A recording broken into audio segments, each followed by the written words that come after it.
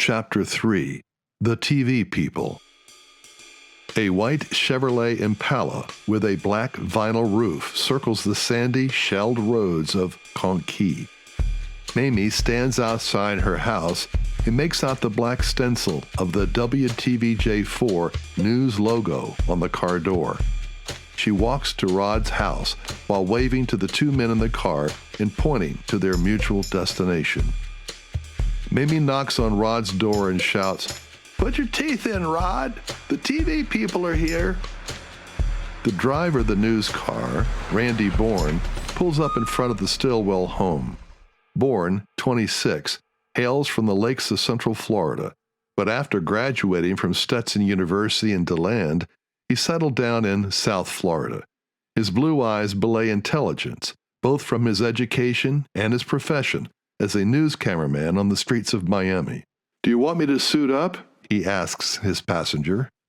Fred Hammond turns to look at Bourne, noticing beads of sweat on his tanned face. His longish wavy hair has almost kinked in the sweltering humidity. "Not just yet. Let me get the lay of the land. It could be a bust." Fred Hammond is one of those people who never sweats. He's literally a cool character. His dark skin and deep brown eyes complement his slight but confident smile. Born and raised by his Lebanese parents in Miami, he acquired street smarts by living life on the edge as a bouncer in a down-and-dirty nightclub. Although his stature is a less than imposing 5'10", Fred levels the playing field with speed and cunning. "Hi there, I'm Fred Hammond. Are you Rod Stillwell?" Rod smiles and nods in recognition. "Yeah, you're Channel 4. Fred smiles broadly to acknowledge Rod's reference to his on-air sign-off. "Yeah, this is me." They both grin and shake hands. "What can I do for you?" Rod offers. "Heard your name mentioned a lot. Just want to touch base with the lobster fishermen here to see what they think and what they're planning." "Well, the funeral's in a few minutes," Stillwell politely objects. Ever on the police beat, mostly dealing with murders, Hammond wonders out loud, "So soon?" "Yeah, John wanted his ashes scattered in the Gulf Stream." Fred realizes he might have appeared insensitive. "Sorry, that may have been off base. Can we set up a meet sometime soon?" Rod pulls at his beard. Wanting to demonstrate good faith, he offers, "I don't want to talk for everybody. How about you come to the union meeting tonight? It'll be right over there." Rod points to Stillwell Fisheries, a stone's throw away. "Those guys like to talk or shout, dependin'." "Good idea, Rod. Thanks. I like the way you think. Here's my card. Call me if you think we can help each other." Rod studies the card, straightens his mustache between his thumb and forefinger, nods, and then offers to shake Fred's hand. "That's a deal." Locals stuff the church sanctuary to overflowing. Pastor Mike Kenyon is both pleased at the crowd and saddened by the occasion. He knows John Thorman deserves this full and loving turnout memorial, but wishes Sunday mornings could be crowded like this.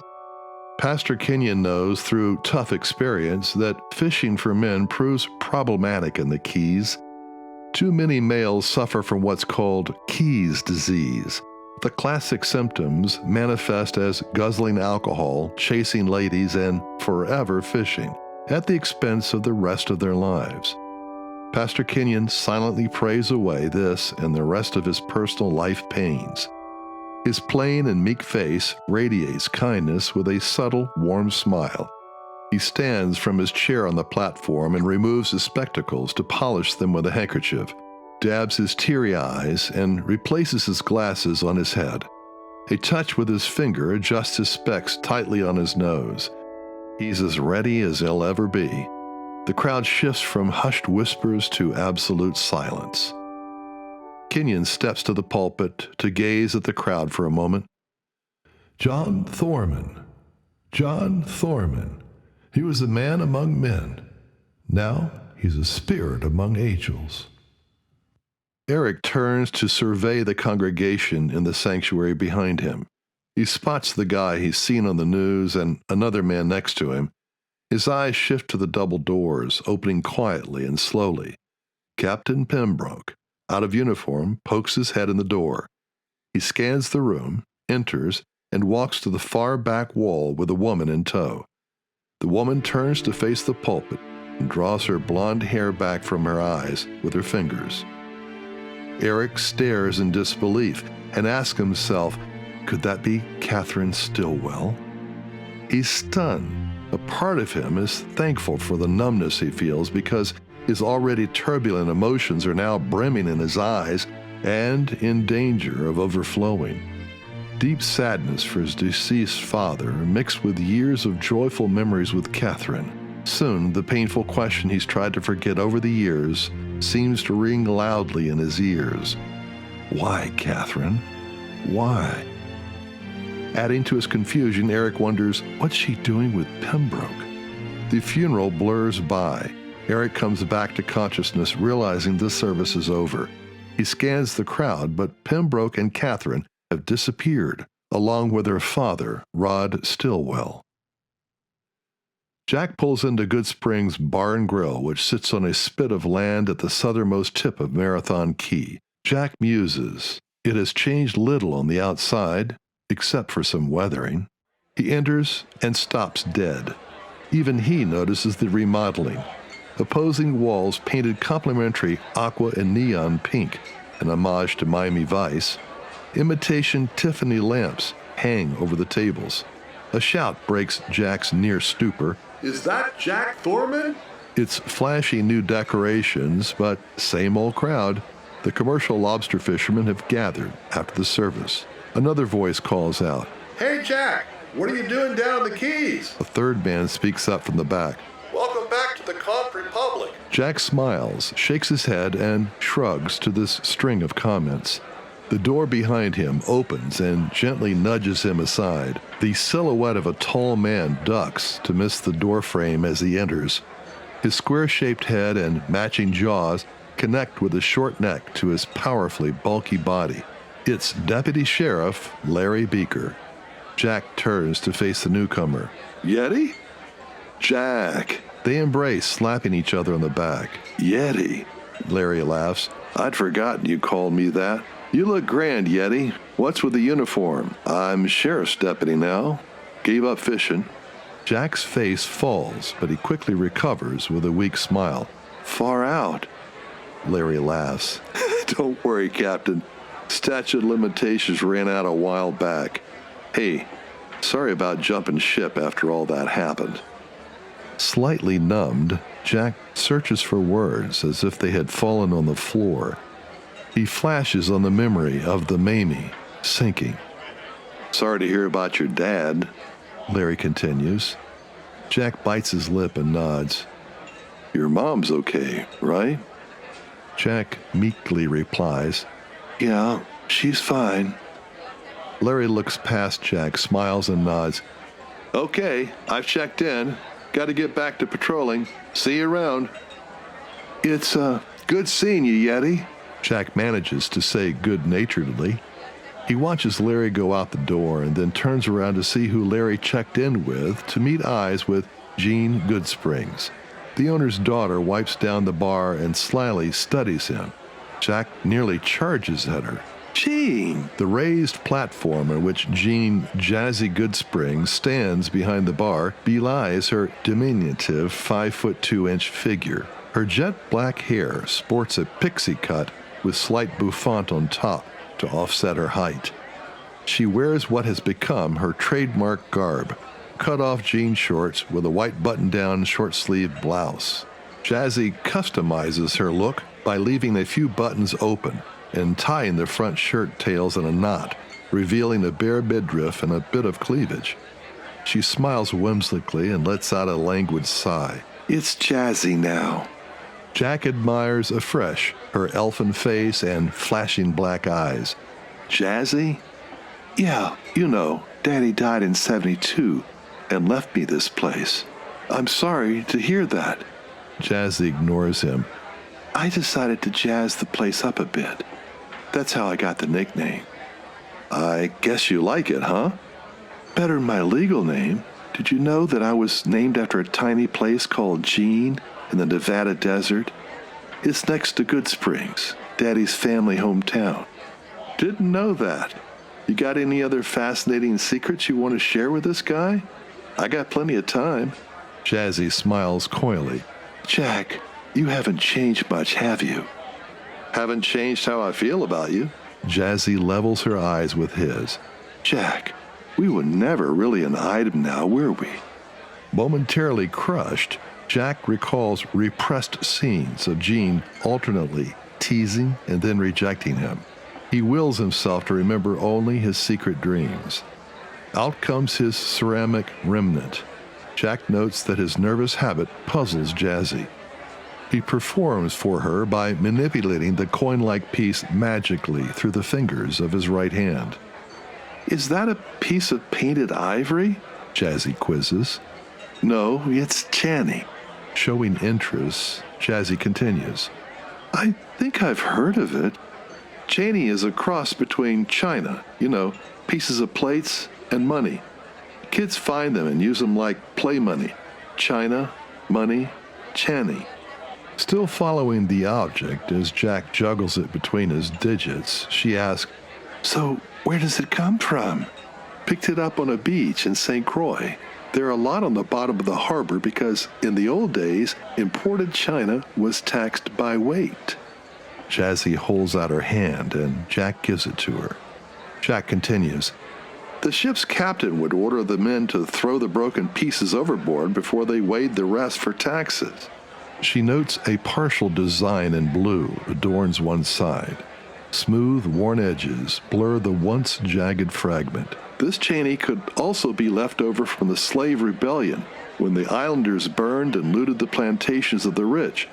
Jazzy nods and extends her hand to give the relic back. That could actually be worth big bucks. Jazzy jerks her hand back as if she wants to keep the treasure. Jack sees her eyes sparkle and loves it.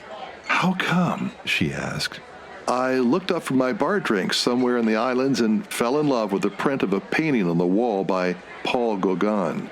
He depicted South Sea Island fantasies of half-nude native women in idyllic Pacific Island settings. That fascination led me to the French Impressionists.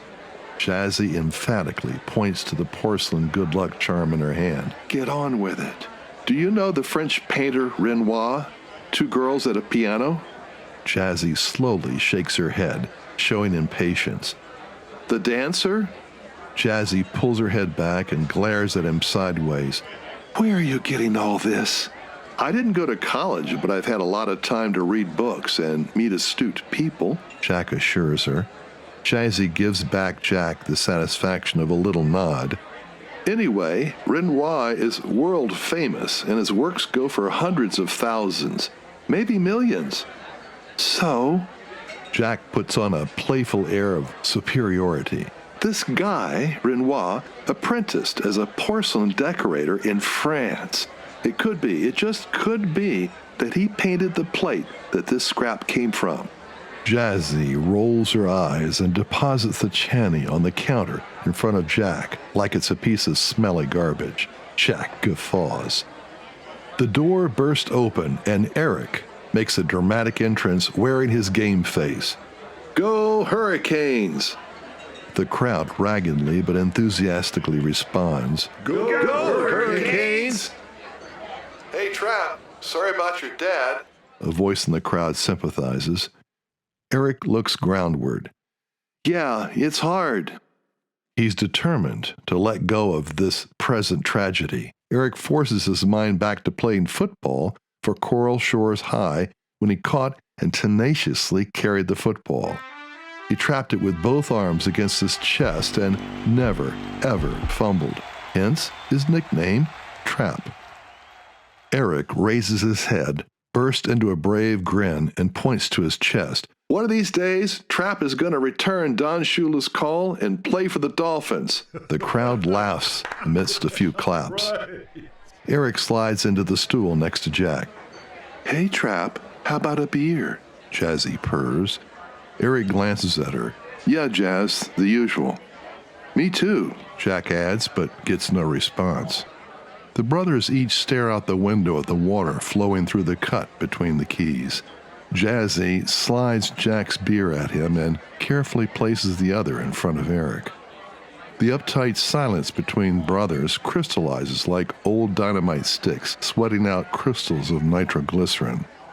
"Those thieving Bahamians," Jack blurts out, startling Erric to reality. "What?" Jack spits it out. "They killed Dad." "No, idiot. It was an accident. Dad died trying to save you." "An accident they caused," Jack seethes. "Don't get your panties in a wad." "Don't tell me what to do, man," Jack warns. "I didn't tell you to take the Mamie and run drugs. Dad gave it to me." Erric sighs deeply to calm down. "Only because you demanded it. Wanted your share now instead of waiting." Erric pauses before going in for the kill. "It's like saying, I'm not going to wait for you to die. I want it now." Jack's sails go slack. There's no wind left. He stares forlornly into his beer, his lips pull tight across his vexed face. The younger brother hides his shame. He says nothing and needs a lot. Jazzy turns up the TV over the bar. Fred Hammond is doing a stand-up in front of Stillwell's Fisheries. "That's right, Ralph. Reports still confirm that Bahamian gunboats still patrol what they call their exclusive lobster fishing grounds. The Bahamian government threatens to arrest all crewmen and confiscate all boats. So far, the U.S. government has not responded. Meanwhile, the Fishermen's Union will meet here later tonight to discuss the future of their livelihood. For WTVJ News, this is Fred Hammond."